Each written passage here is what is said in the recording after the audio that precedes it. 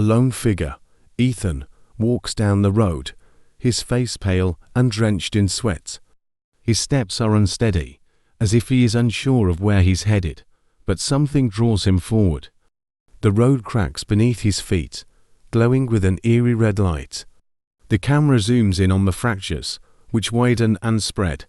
Suddenly, the ground. Ethan falls through an endless black void, surrounded by swirling embers and ashes. His body tumbles helplessly as fiery tendrils of smoke curl around him, pulling him deeper into the abyss.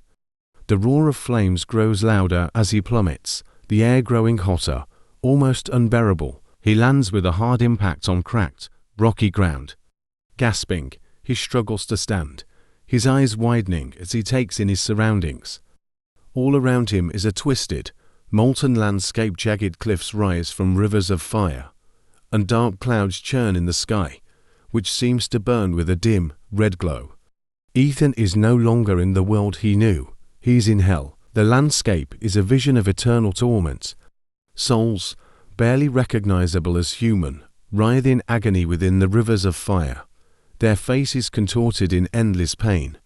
Their faint, echoing wails fill the air, mixing with the crackling of flames. Ethan moves cautiously, his footsteps slow and deliberate on the burning ground. The heat presses in on him from all sides, and the air is thick with ash. Far in the distance, massive, shadowy figures, demons, can be seen moving slowly, like watchful sentinels patrolling their domain. Everywhere Ethan looks, the land seems to twist unnaturally, as if hell itself is alive. The jagged rocks and cliffs seem to pulse with malevolent energy. It is a place where suffering never ends, and the very atmosphere is heavy with despair. Without warning, the ground beneath Ethan begins to tremble. Dark clouds overhead swirl faster, and from the distance, a towering, shadowy figure approaches. It is impossibly large, its eyes glowing with a cold, red light.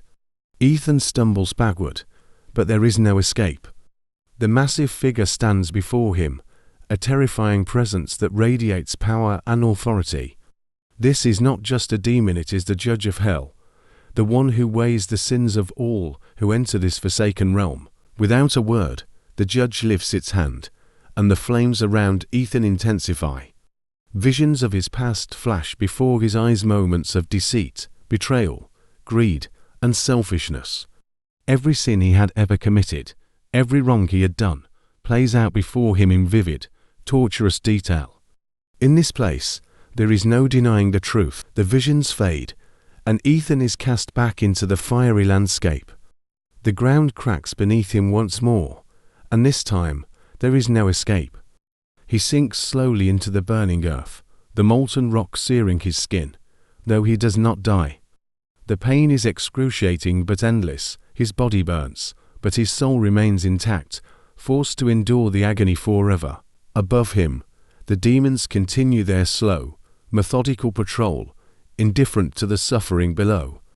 The flames roar higher, consuming Ethan's body, but there is no relief, no end in sight. He is now one of the countless souls damned to hell, trapped in a cycle of eternal torment. The landscape stretches endlessly in all directions, and the fires never fade. Time has no meaning here, and for Ethan, every second is an eternity of pain. Rivers of fire twist and wind through the cracked, jagged earth, and countless souls writhe in agony, their cries barely audible beneath the roar of the inferno.